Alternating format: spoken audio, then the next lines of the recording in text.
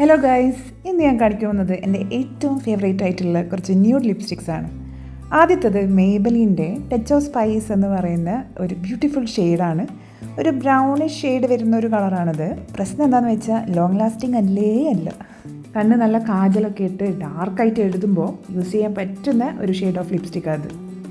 Next വന്നിരിക്കുന്നത് faces കാനഡയുടെ pretty sepia എന്ന് പറയുന്ന ഒരു ഷെയ്ഡാണ്.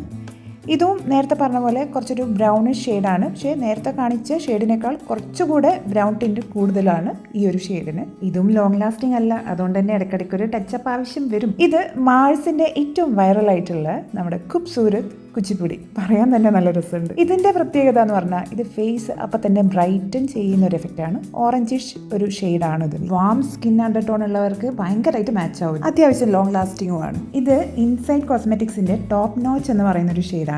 ഒരു ലൈറ്റ് ബ്രൗൺ ടിൻ്റ് ആണ് ഈ ഒരു ഷെയ്ഡിനുള്ളത്. ഒരു പക്ക ന്യൂഡ് ഷെയ്ഡാണ്. അതുകൊണ്ട് തന്നെ എല്ലാ സ്കിൻ ടോണിനും ചേരണമെന്നില്ല. പക്ഷേ ഒരു ബ്രൗൺ ലിപ് ലൈനർ യൂസ് ചെയ്യുകയാണെങ്കിൽ ഏത് സ്കിൻ ടോണിനും ചേർന്ന് പോകും. ഭയങ്കര ലോങ് ലാസ്റ്റിംഗ് ആണ്. ഈ ഒരു ലിപ്സ്റ്റിക് കണ്ടോ, ഇതിൻ്റെ കോലം കണ്ടോ നിങ്ങൾ? ഞാനതിനെ മാക്സിമം ഊറ്റിയെടുത്തിട്ടുണ്ട്.